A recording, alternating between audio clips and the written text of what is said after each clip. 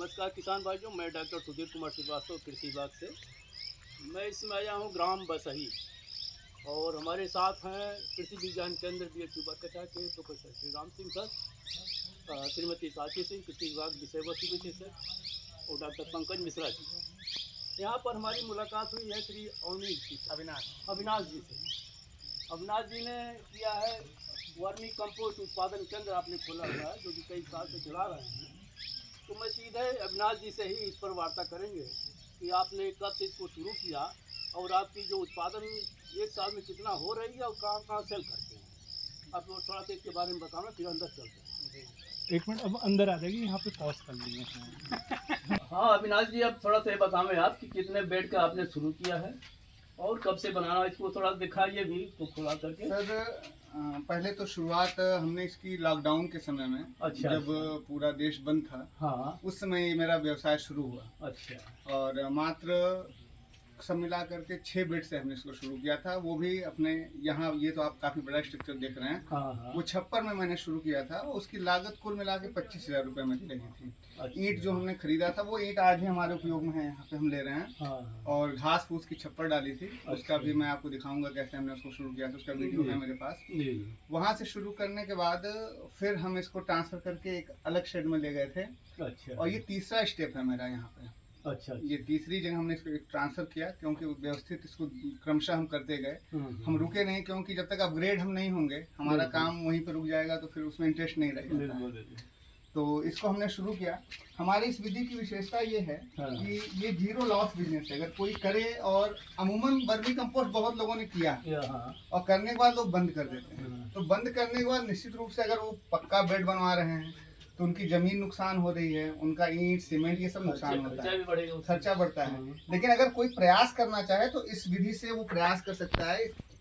अच्छा, नीचे बेड पे क्या गिट्टी डाला है? कुछ भी नहीं, एक पॉलिथीन का करके उस पे हम पहले ईंट का ऐसी दीवार बनाते हैं। और जमीन बराबर हो इसका ध्यान रखना पड़ता है, क्योंकि अगर ऊबड़ खाबड़ होगा तो ईंट हमारी गिर सकती है। तो जब ईंट का दीवार बन जाता है फिर हम उसमें 10 से 15 दिन का गोबर जो होता है उसमें डालते हैं। वो उधर बेड में हमारे पड़ा हुआ है, यहाँ पे भी ठंडा किया जा रहा है अभी बहुत से बेडों में। गोबर ठंडा होने के बाद तो जब गोबर ठंडा हो जाता है फिर हम इस मशीन से जो केचुआ निकाल के देखिए आगे हमने रखा हुआ है वो केचुआ, फिर हम उस बेड में ट्रांसफर करते हैं। और लोग कहते हैं कि ये खाद 45 दिन 50 दिन में बन जाती है, लेकिन मेरा जो खुद का अनुभव है 60 से 70 दिन तो लगते ही लगते हैं अच्छी खाद बनने में, जो कि आपको चाय की पत्ती का लुक दे पाए। तो वो खाद बनने में 70 दिन तो कम से कम लगेंगे। उससे पहले अगर कोई कहता है कि मेरी खाद बनती है तो वो मैं नहीं मानता। और मेरी विधि में सबसे अच्छी बात यह है, लोग आप देखते होंगे बहुत सी वीडियो मैंने देखे कि लोग ऐसे ही खुले में पुआल डाल के ऐसे बना रहे हैं। देखिए सूर्य अवशोषित करता है हर चीज को, तो निश्चित रूप से हमारे खाद की क्वालिटी भी अवशोषित करेगा वो जिसमें रहेगा। तो मेरा प्रयास रहता है कि शेड के नीचे ही हम इसको बनाएं। कम बनाएंगे, गुणवत्तापूर्ण बनाएंगे, लेकिन अच्छा बनाएं, इसका पूरा ध्यान हम रखते हैं। और हमारा खाद आज से 2-3 साल पहले BHU में भी हमने जांच के लिए भेजा था। वहाँ से बोला गया तो हमने वहाँ जांच कराया और हमें अच्छा रिजल्ट मिला वहाँ से। और तब से मैं इसमें लगा हुआ हूँ और आगे इसको बढ़ाने का प्रयास कर रहा हूँ। सबसे अच्छा तो कि आपने जूट की बोरे लगाया है। मैं देखता हूँ लोग पॉलीथीन वाली पन्नी के में ढक देते हैं। जी जी, इससे आपकी और सेफ्टी है, पोषक तत्वों की इसमें जी जी आपकी सेफ्टी है। जी जी जी। और जब अगर हम करने में सफल हैं, देखिए ये काम इंटरेस्ट का है। अगर हम केवल ये सोचें कि ये पैसा बरसने लगेगा, ऐसा कुछ नहीं है। आपका इंटरेस्ट होना चाहिए और इसको करते रहिए, ये आपको खुद आगे बढ़ाएगा। मेन चीज इसकी क्वालिटी बरकरार रहेगी तो खुद अपने आप डिमांड। जी जी, बिल्कुल बिल्कुल। तो आपका निकल जाता है लोकल में? जी, लोकल के किसान भी लेते हैं। 2 क्विंटल 4। एक तो यही भैंसवार के पास एक किसान थे श्री धीरज सिंह जी, सतावट की खेती किए थे। कम से कम 80 क्विंटल मेरे यहाँ से वो लेते हैं। किस रेट पर देते हैं? मैं 10 रुपए किलो अभी दे रहा हूँ इसको। क्योंकि अभी थोक में ले चाहे फुटकर ले। अभी मैं मेरे यहाँ से अगर कोई आता है लेने तो मैं भी चाहता हूँ लोग इसको प्रयोग करें, इसके आनंद इसका प्राप्त करें कि क्या है ये। बिल्कुल, मैं इसको काला सोना बोलता हूँ कि लोग इसका आनंद ले पहले, तब तो प्रचार प्रसार होगा फिर। जी। अच्छा, तैयार होने के बाद उससे आप ये हमारी मशीन है। इसको हम लोगों ने खुद उस समय तकनीक के हिसाब से हमने किया, लेकिन इसमें कुछ कमियां छानते होंगे इसमें? जी, यहाँ से डालते हैं, केचुआ हमारा बाहर गिर जाता है अच्छा। और खाद हमारी नीचे आ जाती है। हमारे खाद की क्वालिटी मैं आपको दिखा सकता हूँ। ये हमारा खाद है, ये एकदम चाय पत्ती असली वही है, पता है ना। एकदम इसमें इसकी पहली पहचान ही होती है पहचान वही है कि हाथ में गंध लगे नहीं ना, होता इसमें, हाँ, किसी गंध भी नहीं प्रकार कि का पाए गंध ना, नहीं बढ़िया है। और सब दूर से भी क्वालिटी नजदीक ऑफ से द भी। मेंटेन। जी। अभी हम लोग इसको मॉडिफाई कराने वाले हैं। इसको थ्रेसर में जैसे गेहूं हिलता है, वो चाला जाता है, उस पे मोटर पे इसको वेस्ट करने वाले हैं, क्योंकि हमारी लेबर कॉस्ट कम होगी, हमारा समय बचेगा। बिल्कुल।